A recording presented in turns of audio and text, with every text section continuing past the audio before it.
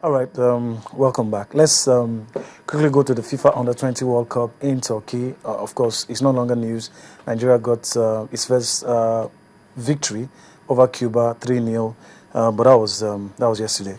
So let's talk about today, matches that were played today. Let's take a look at the results. Well, Australia, surprisingly, lost to El Salvador. I didn't see that. I didn't see it coming, but it happened. A whole lot of other surprising results. For El Salvador, they made history. That's a first victory in the FIFA competition on grass. That was what they mentioned because there are several other FIFA competitions at this level. So they beat Australia 2-1. So that has probably given them an opportunity. The host lost at home to the former host, the host of the last edition, that's Colombia, by a goal. Mali, well, after a 1-0 draw in their first game, playing a goalless draw here, and of course Mexico losing to Paraguay by a goal. So Paraguay won that game by 1-0. So those are the results, Group C and D. Tomorrow you're going to have... For Colombia, they're on top of the table with 4 points. El Salvador, 3 points. Turkey, 3 points, third position, while Australia is 1 point at the bottom. Okay, these are the games, matches that we're going to see tomorrow. Chile will take on England. Well, England, for all the noise, not really strong at age grade tournament. Iraq will take on Egypt. New Zealand will take on Uruguay. Croatia will take on Uzbekistan. These are the matches that will be played tomorrow. Well, some sort of African interest, but I'm not sure. I don't think the junior pharaohs. I don't think there's anything they can do. In my own estimation, I think they're out. No, they don't say that because we can't rule any team out. Yes, we can't because. But they will have to wait. The beauty of this competition is such that 3 teams can qualify from a group, depending on the number of points. But you must win your game. You must win a game to have a mathematical chance of qualifying for the next one. Because out of the 6 groups, 4 groups are going to produce a best one best that is. So it means 4 groups will produce 3 teams. We can't rule the Egyptian out, just like Nigeria. Maybe I'm looking. Well, maybe I'm getting ahead of myself. Yes, but you can't rule them out. But it has to depend on your point. I expected more from the African champions. Maybe that's why I'm disappointed. You expected more from the African champions. Yes, we will say yes because but if you look at the Egyptians, you can't say they did very worst. It's not a bad performance. No, it wasn't a poor performance. But look at the team they played in the first game, Chile. The South American teams are very hard enough especially to crack at this level. At this level to African teams. So we can't. But it's still very open. If they play very well, maybe their next game they play a draw and they win their last game. Because England will look like a whipping team in that group. Who knows? Because the English team are not, with all the hype around English football, they are not a strong, very formidable force at this level. Okay, Tokes, the African representation. Yeah. Have you been pleased? I'm not at all, because if you look at the teams that have represented us in this tournament, Nigeria, Mali, Egypt, and even the 4 teams, yeah, Nigeria, Mali, Egypt, and one other country.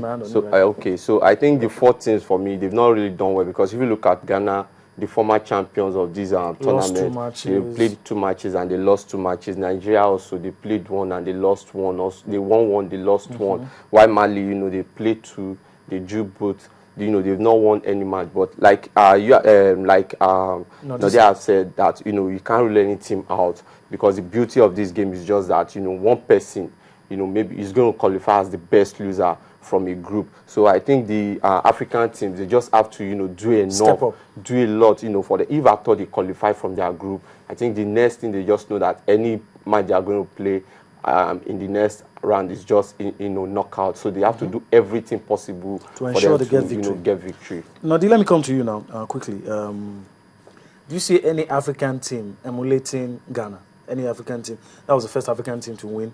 The only African team to win this competition. Yeah. Nigeria was in the final, 89, 2005. We lost. I don't want us to center on Nigeria, because a lot of people don't see the Flying Eagles winning. But outside the Flying Eagles, Ghana, Mali, Egypt, any one of those guys, maybe even Nigeria, do you see, at the end of this tournament, do you see any one of them picking the trophy? Of the 4 African teams, Nigeria looks like the strongest as far as this tournament is concerned, because we've won 1 game. A lot of people will not agree with you. We've won 1 game. Ghana has lost 2. Yeah.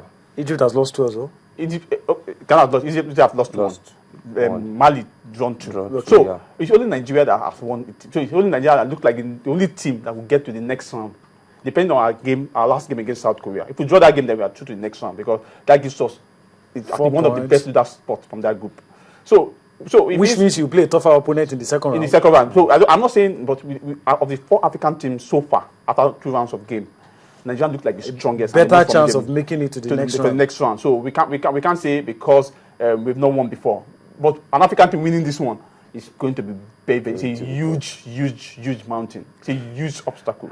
But looking at our team, even though we were not impressed with the first game against Portugal, they scored, but the way they equalized in that game against Portugal, I was quite impressed. And they went on to lose. They went on to lose because they celebrated, forgot that the game has not ended, even though the Portuguese too pulled up a very wonderful performance. Let me come to you. We're looking at this game, and Larry Wajukade, Amin Omar, and team captain Abdul Jalil. Well, I don't know. Is there any positive to be picked? Because I'm looking, I'm trying to see what things, maybe this second goal, I mean, the awareness of Omar, I mean, putting this away, we've always said this team was a bit wasteful. Yeah. But, converting chances like this, I don't know if there's any positive. I don't know if you think they can get better.